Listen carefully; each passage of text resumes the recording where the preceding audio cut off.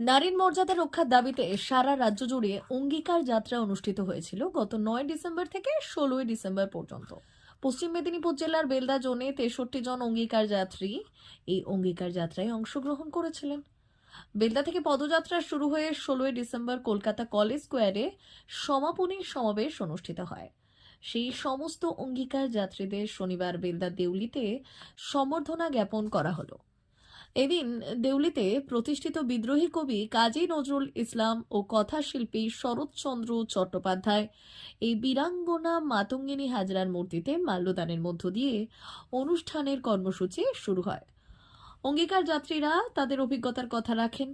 মূল আলোচক জাগো নারী জাগো বন্ধের শিকার রাজ্য কোঅর্ডিনেটর টিমের অন্যতম সদস্যা রীতা প্রধান জানালেন, ভারতবর্ষের স্বাধীনতার 77 বছর পরেও আজও মহিলাদের মর্যাদা রক্ষার দাবিতে এই দেশে মিছিল করতে হয়।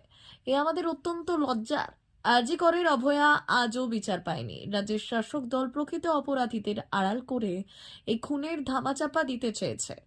আমরা চাই সমস্ত অপরাধীরাই যেন শাস্তি পাক। এই সম্বর্ধনা অনুষ্ঠানে উপস্থিত ছিলেন অবসরপ্রাপ্ত শিক্ষক প্রদীপ দাস, সুজাতা জানা, ভবসিন্ধু বেরা, হেমন্ত মাঝি, লক্ষ্মী শিকদার।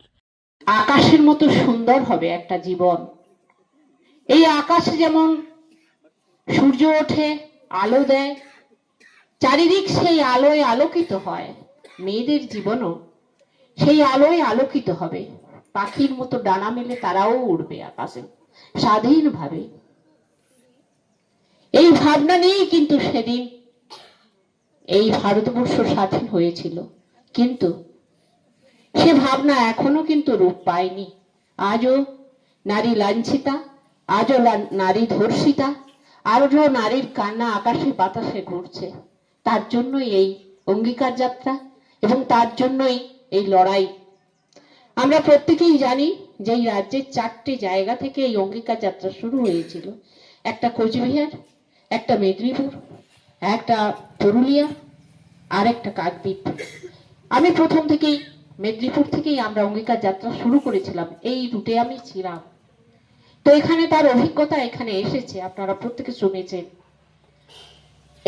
এইটাও যে আমি নিয়ে আসতে পেরেছি, আমার মেয়েও যে এটাতে পা মিলিয়েছে এবং ওখান থেকে ও কিন্তু অনেক কিছু শিখেছে। যে মা সব কথাই বলে, মা তুমি কি জাস্টিস করতে যাবে, ওখান থেকে বলে। এবং ওখানে যে স্লোগানগুলো হয়েছিল সব মুখস্থ।